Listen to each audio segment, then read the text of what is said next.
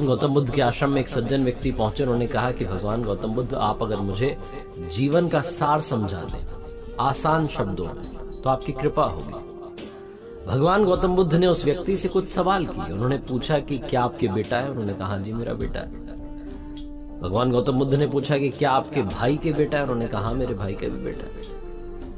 फिर उन्होंने पूछा कि क्या आपका जो पड़ोसी है उसका कोई बेटा है, कोई संतान? उन्होंने कहा उनके भी बेटा है। फिर भगवान गौतम बुद्ध ने पूछा कि क्या आपकी कॉलोनी में कोई ऐसा है जो आपको नहीं जानता लेकिन उसके बेटा है? उन्होंने कहा जी उसके भी बेटा है, ऐसा है बहुत सारे लोग। फिर भगवान गौतम बुद्ध ने सीधा सवाल किया कि मान लीजिए आपके बेटे की मौत हो जाती है, आपको कैसा लगेगा? उस व्यक्ति ने कहा कि मैं अंदर से टूट जाऊंगा। ये क्या बात कर रहे हैं आप? मेरी तो दुनिया ही तबाह हो जाएगी। मेरे लिए मेरा बेटा ही सब कुछ है, मैं बहुत प्यार करता हूं उससे। उसके चले जाने के बाद दुनिया में कुछ रहेगा नहीं। भगवान गौतम बुद्ध ने फिर पूछा कि मान लीजिए आपके भाई के बेटे की मौत हो जाती है तो आपको कैसा लगेगा? उस व्यक्ति ने कहा कि मुझे दुख होगा लेकिन उतना नहीं होगा जितना मेरे बेटे के चले जाने से हुआ, लेकिन हाँ मैं दुखी रहूंगा। फिर भगवान गौतम बुद्ध ने उससे पूछा कि जो आपके पड़ोसी हैं पास में, उनका जो बेटा है, मान लीजिए उसकी मौत हो जाती है तो आपको कैसा लगेगा? उस व्यक्ति ने कहा कि मुझे बुरा लगेगा लेकिन इतना दुख नहीं होगा, थोड़ा बहुत।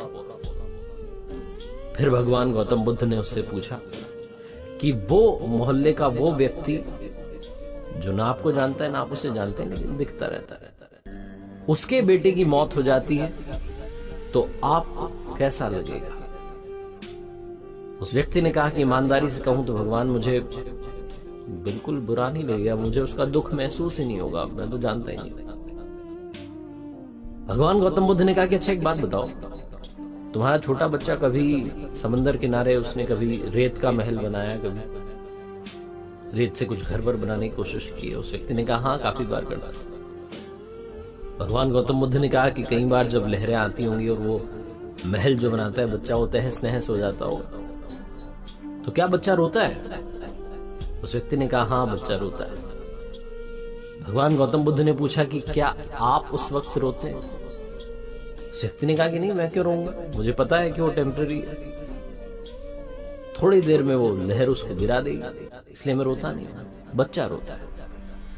भगवान गौतम बुद्ध ने कहा कि अगर आप दुनिया की हर बात पर दुखी होते हैं तो आप में और उस बच्चे में जो रेत के महल के ढह जाने पर दुखी हो रहा है कोई अंतर नहीं है।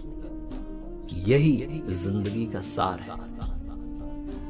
जिन चीजों से हम अटैच हो जाते हैं दुख सिर्फ और सिर्फ उन्हीं का होता है। जिनसे हमें अटैचमेंट नहीं होता उनका हमें कभी दुख नहीं होता।